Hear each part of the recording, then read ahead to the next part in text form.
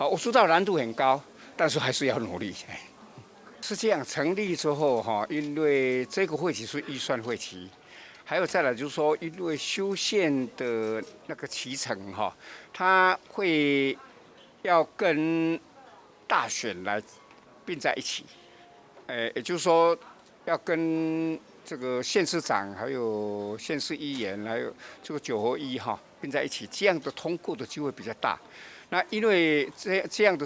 期程，所以它事实上还有时间。我想下个会期大家应该会比较热烈，因为这个会期现在预算还在审哈，预算都还没有通过，那另外针对于这个莱猪行政命令的部分，之前朝野协商好像就破局了。那接下来院会还有没有可能就是处理这个行政命令，还会再协商吗？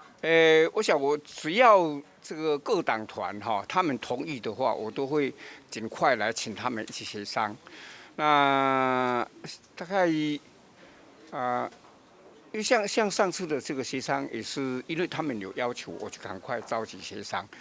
不过各党团的意见现在好像他们还有一些不同。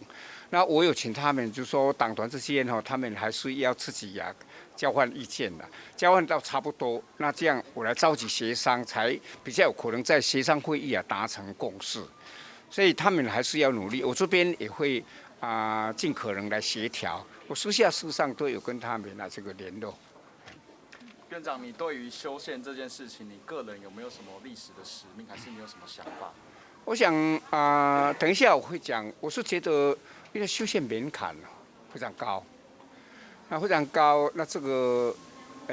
要看整个社会的氛围。大家回想一下，在15年前那时候因为要终结国民大会，然后希望225席变成113席，就是单一选区2票制要落实这样的政策。那大家就是会有很多沟通协调，到最后协调就有一些妥协嘛。那个妥协就将门槛提高得很高，所以现在那个门槛非常的高。因为修宪门槛很高，那这样要通过的话，事实上非常不容易。所以像今天这样的这个修宪论坛，我觉得是非常好，就是说这个成为一个平台，那大家这个来讨论，那有意见的可以提出来，也希望说借这样个机会让社会大家能够更加重视，形成共识，这样是有利于我们修宪案的通过。我知道难度很高，但是还是要努力。